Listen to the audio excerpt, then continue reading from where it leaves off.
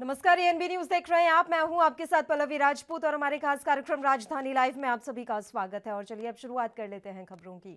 मुंबई की crime branch ने एक ऐसे गैंग का खुलासा किया है जो बड़े उद्योगपतियों से हनी ट्रैप के जरिए करोड़ों रुपए ऐंठ लेते थे। गिरफ्तार आरोपियों में एक महिला फैशन डिजाइनर है जो कि 90 के दशक के हीरो पृथ्वी की पत्नी है, जबकि 2 पुरुष मॉडल और एक महिला मॉडल है। गिरफ्तार आरोपियों में दिल्ली पुलिस के एक आधिकारिक परिवार का सदस्य भी शामिल है। पुलिस के मुताबिक ये अधिकारी रिटायर हो चुका है। पुलिस ने जब एक्ट्रेस और फैशन डिजाइनर के घर रेड की तो 29 लाख रुपए नगद मिले और इनके पास से 7 मोबाइल फोन, 2 कार और 8 लाख से ज्यादा के गहने बरामद किए गए हैं।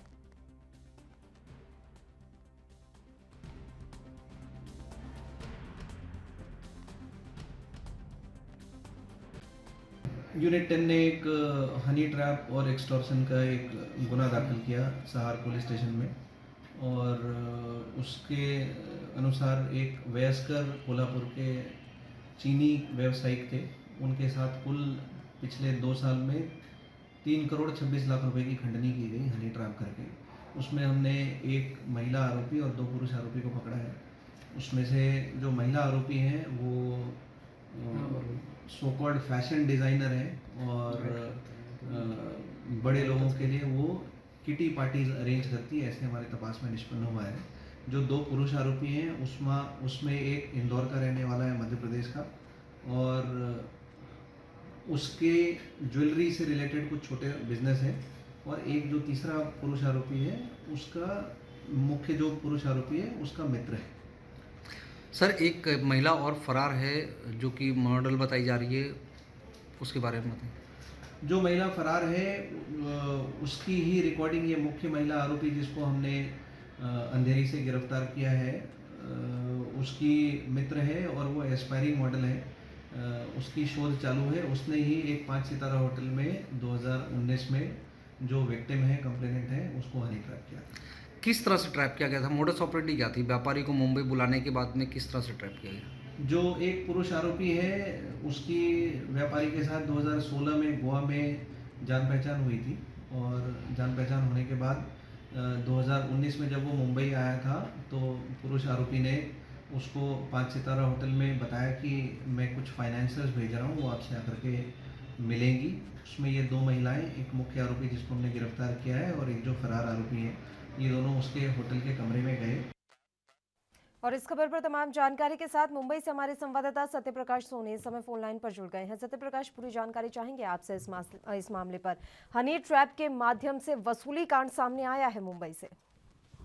बिल्कुल पल्लवी जी, देखिए, मुंबई क्राइम ब्रांच ने एक बड़ा खुलासा किया है जिसमें साफ तौर पर बड़े व्यवसायियों को और उद्योगपतियों को हनी ट्रैप के माध्यम से जो है ठगा जाता था। ऐसे में इस पूरे मामले में 5 लोगों की गिरफ्तारी की गई है, जिसमें 2 मॉडल शामिल है, जबकि एक महिला मॉडल भी शामिल है जो एक एक्टर की पत्नी है। इसके अलावा पुलिसकर्मी परिवार से भी एक शख्स है जिसकी गिरफ्तारी की गई है। हालांकि 2 जो मॉडल है अभी भी फरार बताया जा रहा है, लेकिन ये बड़ी कामयाबी है क्योंकि लगातार बड़े व्यवसायियों को जो है इस तरह से हनी ट्रैप लगाकर उनसे ठगने का काम किया जाता था। जी बिल्कुल। और अभी क्या कुछ जानकारी मिल पाई है? जिस तरीके से ये पूरा मामला सामने आया है, तो क्या कुछ ऐसे और भी लोग सामने आए हैं जो इस हनी ट्रैप का शिकार हो चुके हैं? और सबसे बड़ी बात, इस पूरे मसले का, इस गैंग का खुलासा कैसे हुआ? बिल्कुल पल्लवी, देखिए, जिस तरह से लगातार मुंबई की क्राइम ब्रांच को यह शिकायत मिल रही थी कि कई लोग ऐसे हैं जो इस तरह का गैंग चलाते हैं, जिसमें खासकर एक खास मोडस ऑपरेंडी का उपयोग करते थे। इस मोडस ऑपरेंडी के तहत सबसे बड़ी बात यह है कि जो व्यवसायी से इनको टारगेट करना था, उन व्यवसायी से सबसे पहले यह दोस्ती करते थे। इनका पूरा जो कार्यक्रम होता था मुंबई, जुहू, लोखंडवाला सहित गोवा इलाके में होता था। अब ऐसे में जिस शख्स का ट्रैप लगाया गया था, उस शख्स से इन सभी ने मुलाकात की, उनसे दोस्ती बढ़ाई। उसके बाद मुंबई में जब आने की बात कही तो उन्होंने मुंबई में एक फाइनेंसर से मीटिंग करने की बात कहकर एक बड़े होटल में उन्होंने मीटिंग रखी, और इस मीटिंग के माध्यम से इन सभी ने मिलकर जो है उस बिजनेसमैन को मिलने की बात कही। मिलने के दौरान जो खास शख्स आकाश नाम का आरोपी है, वह जो बोला कि मैं असमर्थ हूं, लेकिन 2 महिलाओं को आपके पास भेज रहा हूं, वो पूरी मामले में डील करेंगी। तो डील के बहाने दोनों महिलाएं होटल के कमरे में जाती हैं और वहां जो है बाकायदे उन लोगों की मीटिंग होती है। इस दौरान एक महिला ये बोल के बाहर निकल जाती है कि उनसे कोई मिलने बाहर आया है, जबकि दूसरी महिला थोड़ी देर बाद वॉशरूम का बहाना कर अंदर चली जाती है। इस दौरान लगातार लोगों की बातचीत भी होती है, लेकिन जैसे ही दूसरी बाहर गई हुई महिला अंदर आती है, उसी दौरान जो है यह महिला दरवाजा नॉक करती है। जैसे होटल का दरवाजा नॉक होता है और दूसरी महिला जो बाथरूम में गई होती है, वो पूरे कपड़े उतारकर बाहर सामने आ जाती है, जिसका वीडियो पहली महिला ने बनाया। यानी कि पूरी तरह से यह प्लानिंग किया गया था, एक खास मोडस ऑपरेंडी बनाई गई थी। इसके बाद जो है, जो शख्स बोला था कि मैं पहुंच नहीं पाऊंगा, वो अचानक बाहर से आता है और पूरे प्रकरण में देखकर व्यवसायी को जो है कहीं कहीं धमकाने लगता है। और धमकाने के मामले में यह जानकारी में 2019 से अब तक 3 करोड़ 26 लाख रुपए ये लोगों ने ऐड किया, जबकि इनके पास से जो है जब छापेमारी की गई थी क्राइम ब्रांच की, इस दौरान 2 कारें, 7 मोबाइल फोन सहित तमाम महंगी चीजें जो है बरामद की गई। जी पल्लवी जी। बिल्कुल, ये बहुत बड़ा रैकेट जो है यहाँ पर चलाया जा रहा था। आपसे ये भी जानकारी चाहेंगे सत्य प्रकाश, जो बताया जा रहा है कि एक एक्टर की पत्नी भी इस पूरे गैंग में शामिल है, क्या उसे भी गिरफ्तार किया गया है कल? बिल्कुल, देखिए 1990 दशक का एक एक्टर पृथ्वी है, उसकी पत्नी को गिरफ्तार किया गया है, इसमें उसकी जानकारी मिली है। हालांकि उसके साथ भी 3-4 और मॉडल भी है जो लगातार उसके काम करते थे, फैशन डिजाइनर भी है। तो ये सारे लोगों का एक गैंग है जो प्रोग्राम के नाम पे लोगों से संपर्क बढ़ाते थे और संपर्क में जो लोग आते थे उनसे दोस्ती नजदीकी बनाकर जो है उनको होटल में बुलाया जाता था बाकायदे। इसी तरह की मोडस ऑपरेंडी के तहत इनको जो है फंसाने का काम किया जाता है। जैसा कि मुंबई में क्राइम ब्रांच को जानकारी मिली थी, यूनिट 10 ने इस पूरे कार्रवाई को अंजाम दिया है।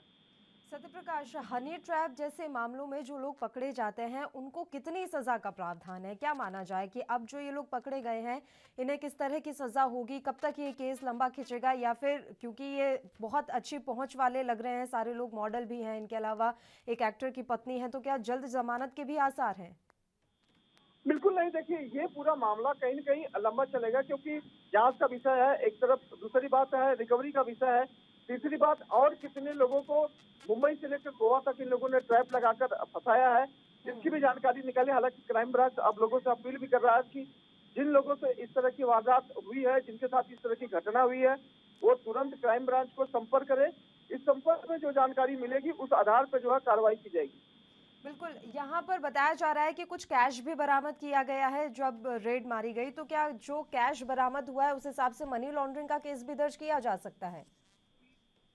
बिल्कुल, देखिए अभी तक जानकारी के अनुसार 26 लाख जो है बरामद किया गया। हालांकि जो एक शख्स के साथ जो धोखाधड़ी में 3 करोड़ 26-27 लाख रुपए ऐड किए गए हैं, उसके बाद उनकी कार भी जब्त की गई है। तो तमाम खुलासे अभी होने बाकी है, जिसमें क्राइम ब्रांच लगातार जांच कर रही है। लेकिन ये बिल्कुल माना जा रहा है कि यह सिर्फ मुंबई का मामला नहीं है, मुंबई के बाहर भी कई लोगों को इस तरह का हनी ट्रैप लगाकर फंसाया गया है, जिसमें ये लोग शामिल है। तो जाहिर तौर पर बाकी लोगों की गिरफ्तारी से भी ये जानकारी मिल पाएगी कि आखिर क्या कुछ हुआ है। चलिए, शुक्रिया सत्य प्रकाश, तमाम जानकारी देने के लिए आप हमारे साथ जुड़े। तो मुंबई पुलिस क्राइम ब्रांच ने बड़ी कार्रवाई करते हुए हनी ट्रैप गैंग का पर्दाफाश किया है और कई लोग इस मामले में गिरफ्तार किए गए हैं। अब राजधानी दिल्ली का रुख कर लेते हैं। दिल्ली पुलिस हमेशा अपनी छवि सुधारने में लगी रहती है और ना चाहते हुए भी, हालांकि दिल्ली पुलिस कई बार विवादों में भी फंस जाती है, लेकिन अब दिल्ली पुलिस ने एक बार फिर अपनी छवि सुधारी है और दिल्ली पुलिस का थाना सदर बाजार नंबर 1 आया है। इसी मौके पर थाना सदर बाजार में एक कार्यक्रम किया गया जिसमें DCP north, additional DCP, ACP और एडिशनल एसएचओ भी मौजूद रहे। इस खुशी में थाना सदर बाजार के स्थानीय लोग भी मौजूद रहे और सभी ने जश्न में भाग लिया और मिठाई भी एक दूसरे को खिलाई। सदर बाजार के व्यापारियों के साथ और थाने से सदर बाजार के 12 टूटी चौक तक सदर बाजार की जनता का धन्यवाद किया और खुद डीसीपी साहब ने सभी को मिठाई बांटी।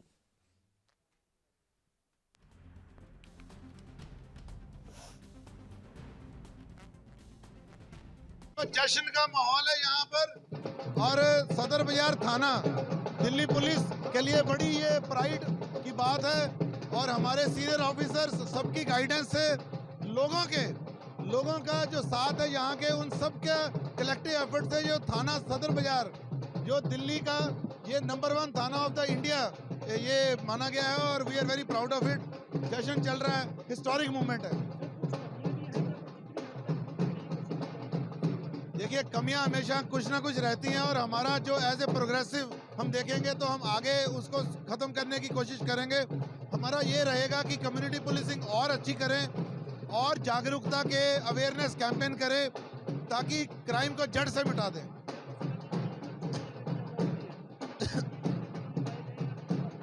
बहुत बहुत हमारी अभी पेट्रोलिंग जो है नाइट में भी स्ट्रॉन्ग कर दी है। स्ट्रीट क्राइम के ऊपर हमने बहुत स्पेशल भी अपनी टीमें बनाई हुई है। पब्लिक के साथ इंटेंसिव पेट्रोलिंग भी चलती है और पिकेटिंग करते हैं। लेट अस होप कि आगे से जो पहले से क्राइम आगे कम होगा।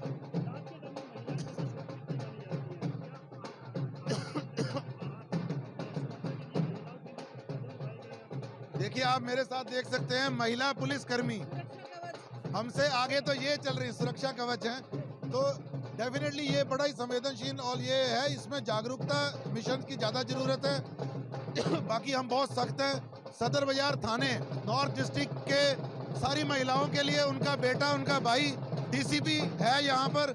हमारे जो एसएचओ हैं हमारे एसीपी हैं उनके साथ खड़े हुए हैं। कभी भी कोई इनको ज़रूरत हो कुछ भी हो हमें फ़ोन करें, 100 नंबर पे कॉल करें, हम सदा उनके साथ हैं। इस खबर पर तमाम जानकारी के साथ दिल्ली से हमारे संवाददाता राजीव तिवारी भी इस समय फोन लाइन पर जुड़ गए हैं। राजीव, आपसे पूरी जानकारी चाहेंगे।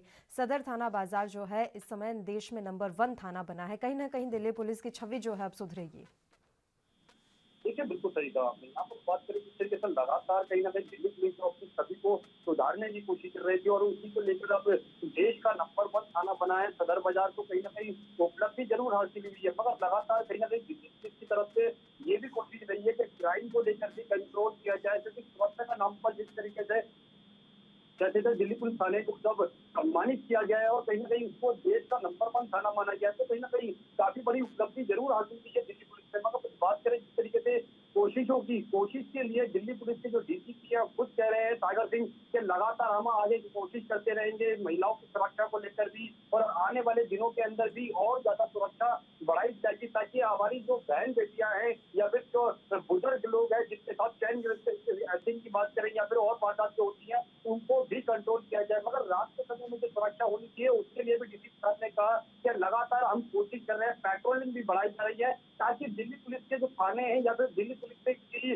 जो वर्दी का रौब होता है वो कहीं ना कहीं जनता के बीच में ना हो और कहीं ना कहीं उसको लगे कि हाँ दिल्ली पुलिस उसकी सुरक्षा के लिए मौजूद है। जी बिल्कुल, कोशिश बिल्कुल की जा रही है दिल्ली सरकार की तरफ से भी और कहीं ना कहीं दिल्ली पुलिस की भी तरफ से कि हम इसी तरीके से सुरक्षा का माहौल बनाकर रखें, लेकिन छवि धूमिल हो जाती है राजीव। कई मामलों में हमने देखा, एक तो सबसे ज्यादा महिलाओं के साथ जो वहां पर अत्याचार हो रहे हैं उसमें दिल्ली पुलिस कहीं ना कहीं फेल हो रही है। तो इन हालातों पर कैसे काम करे दिल्ली पुलिस? इसके अलावा क्या केंद्र सरकार की तरफ से पूरी मदद मिलती है? देखिए बिल्कुल सही कहा आपने। यहाँ पर बात करें केंद्र सरकार से मदद की तो कहीं ना कहीं हर तरीके से दिल्ली पुलिस को मदद मिलती हुई नजर आती है। यहाँ तक कि दिल्ली पुलिस के जो कमिश्नर हैं वो भी कहीं ना कहीं अब दिल्ली पुलिस के जवानों को हौसला अफजाई करते हैं और कहीं ना कहीं उनको आगे लाने की कोशिश करते हैं। और खास तौर पर बात करें अभी के समय की, तो जिस तरीके से रोहिणी कांड हुआ था और उसके बाद में जो तबादले किए गए थे वो तमाम जो महिलाएं दिल्ली पुलिस की जो IPS अधिकारी है उनको आगे लेके आए थे और कहीं ना कहीं बड़े जो अधिकारी यानी कि डीसीपी के साथ तो आपको सागर सिंह के साथ दिख रही होंगी महिलाएं जो मैडम खड़ी है, एसीपी महिला है प्रज्ञा जी और जो डीसीपी एडिशनल वो भी महिलाएं हैं और लगातार सेंटर की बात करें वहाँ पे भी डीसीपी जो महिलाएं हैं वो भी कहीं ना कहीं महिलाओं को आगे लेके आया जा रहा, ताकि ये भी कोशिश की जा रही है कि आने वाले दिनों के अंदर महिलाओं को सुरक्षित रखा जाए। और खुद डीसीपी साहब ने कहा यहाँ पर जिस तरह उससे बातचीत की कि महिलाओं को हम अपने साथ लेके आ रहे हैं और महिलाएं भी हमारे साथ कंधे से कंधा मिला के खड़ी है ताकि उनका जो डर है वो भी खत्म हो और उनका जो हौसला है वो भी आगे बढ़ चढ़कर आगे सामने नजर आएगी। बिल्कुल, रूट मार्च की अगर बात करें तो ये बेहद ही जरूरी हो जाता है कि आप लोगों में अपना विश्वास बनाए रखें। तो ऐसे में रूट मार्च दिल्ली पुलिस की तरफ से क्या समय समय पर किए जाते रहे हैं राजीव? देखिए बिल्कुल सही कहा आपने। यहाँ पर बात करें दिल्ली पुलिस समय समय पर अपनी छवि को सुधारने की भरपूर कोशिश करता है और कहीं ना कहीं कई बार आरोप भी लगते हुए नजर आते हैं, चाहे वो दिल्ली पुलिस की कमियों की वजह से हो या फिर चाहे क्राइम बढ़ता हुआ है उसको लेकर हो। मगर लगातार जिस तरीके से डीसी साहब कह रहे हैं सागर सिंह जी कि लगातार हम कोशिश कर रहे हैं और इजाफा किया जा रहा है। कुछ कमिश्नर साहब तो लगातार कहीं ना कहीं छवि को सुधारने की कोशिश कर रहे हैं, मगर कहीं ना कहीं थोड़ी बहुत कमियां जरूर होती हैं। ये तो खुद डीसी साहब ने भी माना कि थोड़ी बहुत कमियां हर थाने के अंदर हर डिपार्टमेंट के अंदर होती हैं, मगर उन कमियों को दूर करने की कोशिश करनी चाहिए ना। और वही चीज यहाँ पर भी देखने को मिली सदर बाजार के अंदर जिस तरीके से डीसीपी साहब ने खुद जश्न मनाया और यहाँ तक कि खुद कुछ महिलाओं से जो आजादी थी उनके साथ डांस किया गया। यहाँ तक कि बाजारों के अंदर जाकर उन्होंने खुद चेकिंग की कि सुरक्षा कितनी है और किस तरीके से लोगों को मिठाई भी बांटी गई। मगर एक चीज और बहुत बड़ी बात होगी, दिल्ली पुलिस लगातार कोशिश जरूर कर रही है, मगर इस इलाके के अंदर क्राइम भी सबसे ज्यादा देखने को मिलता है और क्राइम को कंट्रोल करने दिल्ली पुलिस के सदर बाजार थाने है जो वो है वो कहीं ना कहीं आगे आता हुआ नजर आ रहा है। और इसी को लेकर जिस तरीके से आप देश के अंदर नंबर 1 थाना बना है तो कहीं ना कहीं उपलब्धि जरूर आ सकती है। मगर देखना होगा आने वाले दिनों के अंदर इस उपलब्धि को और कितना बढ़ाया जा सकता है या फिर इस उपलब्धि को कितना बरकरार रखा जा सकता है। जी राजीव, जैसा कि आपने खुद जानकारी दी है कि सदर बाजार थाना जो एरिया है वहां पर क्राइम बहुत देखने को मिलता है। ऐसे में जब ये खबर आई कि हमारे एरिया का जो थाना है वो भारत में नंबर 1 रहा है, तो वहां के लोगों का क्या कुछ कहना था, उनका किस तरह का रिएक्शन था? क्योंकि वो भी जानते हैं कि उनके एरिया में कितना क्राइम है, कैसे पुलिस काम कर रही है, तो इस खबर के बाद उनकी क्या कुछ प्रतिक्रिया रही? देखिए, बिल्कुल सही कहा आपने। यहाँ से बात करें सदर बाजार थाने की जो जनता है वो भी कहीं ना कहीं इस थाने के लिए कहीं ना कहीं कोशिश ये करती थी कि इस थाने को आगे और लेके जाया जाए। और कहीं ना कहीं जो क्राइम बढ़ रहा है सदर बाजार के अंदर, क्योंकि वर्ल्ड की सबसे बड़ी मार्केट चलाई जाती है और यहाँ पर चैन स्नैचिंग पर चोरी की गाड़ी घटनाएं और लगातार कहीं ना कहीं लूटपाट की घटनाएं ये भी आम होती नजर आती है। मगर जिस तरीके से व्यापारी परेशान थे और कहीं ना कहीं ये भी चाहते थे कोई सुरक्षा बढ़ाई जाए, मगर जिस तरीके से आप देश का नंबर 1 थाना बना है सदर बाजार, तो कहीं ना कहीं व्यापारियों की बात करें, जनता की बात करें, तो वो उनके अंदर की खुशी और वो भी यही चाहते हैं कि आने वाले दिनों के अंदर और ज्यादा कहीं ना कहीं सुरक्षा व्यवस्था इस जगह पर की जाए। मगर जनता की बात करें तो जनता कहीं ना कहीं पुलिस के साथ सहयोग से कंधे से कंधा मिलाकर खड़ी हुई थी और कहीं ना कहीं दिल्ली पुलिस के जगह के अंदर वो भी काफी मिली और लगातार ये भी कहा गया, कुछ महिलाओं ने भी कहा कि उसके अंदर कि महिलाएं को आगे लेके आना चाहिए, महिलाओं की सुरक्षा के लिए कुछ कड़े कदम उठाने चाहिए। मगर ये भी कहा कि अपने कोशिश घर के बिल्कुल कर रही है दिल्ली पुलिस के लगातार उनकी छवि सुधरे और वो आमजन में अपना विश्वास बनाए रखे। शुक्रिया राजीव, आप हमारे साथ जुड़े तमाम जानकारी देने के लिए। एक छोटे से ब्रेक के लिए बुलेटिन में रुक रहे हैं, आप बने रहिए हमारे साथ।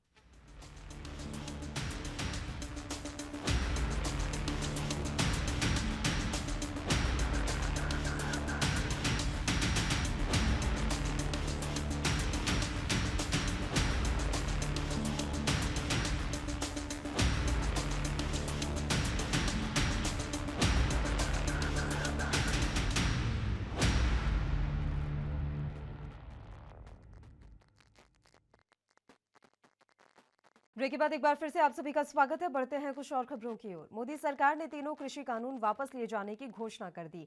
बीजेपी जहां इसे सरकार का बड़ा कदम बता रही है, तो वहीं विपक्ष इस मुद्दे को लेकर भी सरकार पर निशाना साध रहा है। ग्वालियर पहुंचे मध्य प्रदेश के कृषि मंत्री कमल पटेल से जब तीनों कृषि कानून वापस लिए जाने पर सवाल किया गया तो उन्होंने इस मुद्दे पर अपनी राय दी, तो विपक्ष पर पलटवार भी किया। दरअसल ग्वालियर कृषि विश्वविद्यालय के दीक्षांत समारोह में शामिल होने पहुंचे प्रदेश के कृषि मंत्री कमल पटेल से जब कृषि कानून वापस लिए जाने पर सवाल किया तो उन्होंने कहा कि सरकार ने किसानों की भावनाओं को ध्यान में रखते हुए यह फैसला लिया है, लेकिन यह देश का दुर्भाग्य है कि सरकार जब भी कोई अच्छा काम करने जाती है तो लोग उसका विरोध करना शुरू कर देते हैं। और कुछ ऐसा ही हाल 3 कृषि कानून का भी हुआ। भारत का किसान पढ़ा लिखा नहीं है और वह भावनाओं में बह जाता है। कुछ लोगों ने उन्हें भड़का दिया।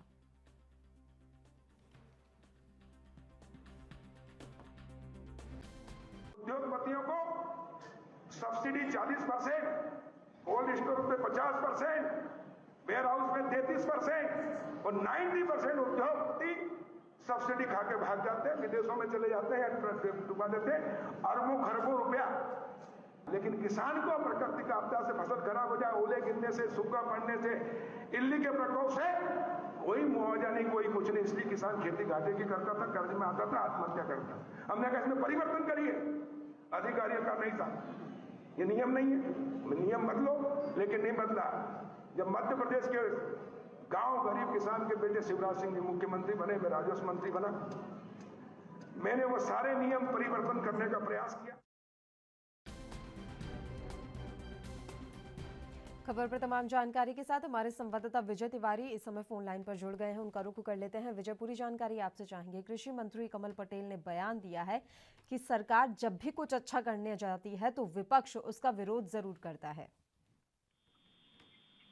जी, मोदी सरकार की 3 कृषि कानून वापस लिए जाने की घोषणा के बाद मध्य प्रदेश के कृषि मंत्री ग्वालियर कृषि विद्यालय के दीक्षांत समारोह में शामिल होने पहुंचे, जहां पर उनसे जब कृषि कानून वापस लिए जाने पर सवाल किया गया तो उनके द्वारा बोला गया कि सरकार ने किसानों की भावनाओं को ध्यान में रखते हुए यह फैसला लिया है, लेकिन यह देश का दुर्भाग्य है कि सरकार जब भी कोई अच्छा काम करने जाती है तो लोग उसका विरोध करना शुरू कर देते हैं। वहीं कृषि मंत्री के द्वारा यह भी बोला गया कि भारत का किसान पढ़ा लिखा नहीं है, वह भावनाओं में बह जाता है और कुछ लोगों ने किसानों को भड़का दिया।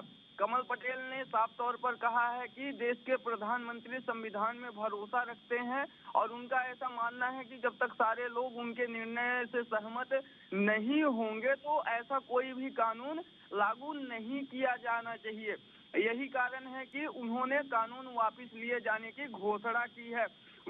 भारत के प्रधानमंत्री यह मान लिए कि वह कुछ किसानों को समझाने में असफल रहे हैं। वहीं कमल पटेल के द्वारा यह भी बोला गया कि उन्हें खुशी है कि मध्य प्रदेश में कोई भी कृषि आंदोलन नहीं हुआ। हालांकि कुछ लोग मध्य प्रदेश से दिल्ली जाना चाहते थे, उन किसानों को बैठकर समझाइश दी गई, जिन्हें समझाइश के बाद वह दिल्ली नहीं गए क्योंकि इस कानून में किसानों को हित दिखता था। कहीं ना कहीं कमल पटेल के द्वारा यह बोला गया कि मध्य प्रदेश में कृषि आंदोलन देखने को नहीं मिले हैं। जी बिल्कुल, लेकिन एक बात सत्य भी है विजय, अभी भी हमने देखा कि वहां पर उपचुनाव हुए तो भारतीय जनता पार्टी को अच्छी खासी जीत हासिल हुई है, यानी कि कृषि आंदोलन का ज्यादा असर मध्य प्रदेश में कभी नहीं था। विजय जी 3 सीटें भाजपा के कब्जे में चली गई हैं, तो वहीं 1 सीटें उपचुनाव में कांग्रेस के कब्जे में आई हैं। लेकिन अगर देखा जाए मध्य प्रदेश में, तो मध्य प्रदेश में संयुक्त किसान मोर्चा के बैनर तले छोटे छोटे किसान अपने स्तर से तरह तरह से आंदोलन करते रहे हैं और ज्ञापन पत्र भी दिए हैं। यहाँ तक कि मध्य प्रदेश से हजारों की संख्या में किसान दिल्ली गए हैं, जिसे कई बार एएनबी न्यूज के कैमरे ने कैद किया है और एएनबी न्यूज ने कई बार ग्राउंड जीरो पर जाकर कवरेज किया है। बावजूद इसके मध्य प्रदेश के कृषि मंत्री के द्वारा यह साफ तौर पर बोला जा रहा है कि मध्य प्रदेश में कृषि आंदोलन नहीं हुए हैं, जबकि ज्यादातर गांव-गांव तक कृषि आंदोलन हुए हैं और किसानों ने इसका विरोध किया था। जी बिल्कुल, आंदोलन देखने को मिला, लेकिन संयुक्त किसान मोर्चा के जो कार्यकर्ता रहे वो इस आंदोलन में शामिल होने के लिए गए। अगर हम बात करें जो वहां के छोटे किसान हैं, वो लगातार अपने खेतों में काम करते हुए ही नजर आए हैं। विजय, क्या कुछ उनकी प्रतिक्रिया रही? क्योंकि हमें जहां तक जानकारी है कि छोटे किसान कभी भी इस आंदोलन में शामिल होने के लिए अपना खेतों का काम छोड़कर नहीं गए। बिल्कुल, छोटे किसान ज्यादातर अपनी खेती किसानी में ही परेशान रहते हैं और सबसे बड़ी बात तो जैसे मध्य प्रदेश के कृषि मंत्री के द्वारा बोला गया कि किसान यहाँ के कम पढ़े लिखे हैं, जिन्हें भावनाओं में भड़का दिया जाता है। ये भी कहीं ना कहीं सही बात है।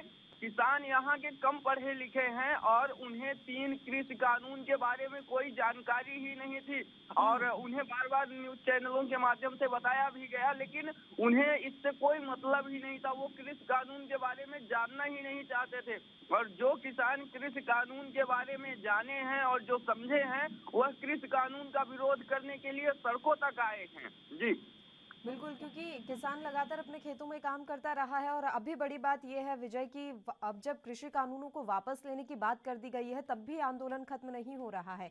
इस पर मंत्री कमल पटेल का क्या कुछ कहना रहा? जब इस पर मध्य प्रदेश के कृषि मंत्री से सवाल किया गया तो उनके द्वारा बोला गया कि जैसे ही संसद शुरू होगा वैसे ही देश के प्रधानमंत्री के द्वारा निर्णय लेकर और लिखित में आश्वासन देकर देश को दिखा दिया जाएगा। अभी तो प्रधानमंत्री के द्वारा सिर्फ घोषणा की गई है कृषि कानून वापस लेने के लिए। चलिए, शुक्रिया विजय, आप हमारे साथ जुड़े इस खबर पर तमाम जानकारी के साथ। तो आपको बता दें कि मध्य प्रदेश के कृषि मंत्री कमल पटेल ग्वालियर पहुंचे थे, जहां उन्होंने कृषि कानूनों के मामले पर पत्रकारों से चर्चा की और सवालों के जवाब दिए। कृषि मंत्री का ये साफ तौर पर कहना था कि जब भी सरकार कोई अच्छा काम करने जाती है तो विपक्ष उसमें अड़ंगा डालता है। विपक्ष हमेशा अच्छे कामों का भी विरोध करता रहा है। ये तमाम बातें कृषि मंत्री कमल पटेल की तरफ से कही गई हैं। ग्वालियर के विश्वविद्यालय में दीक्षांत समारोह में शामिल होने के लिए मंत्री कमल पटेल पहुंचे थे, जहां उन्होंने पत्रकारों के सवालों का जवाब दिया। इसी के साथ राजधानी लाइव में फिलहाल के लिए इतना ही। मुझे दीजिए इजाजत। देश और प्रदेश के तमाम ताजा खबरों के लिए आप बने रहिए हमारे साथ। नमस्कार।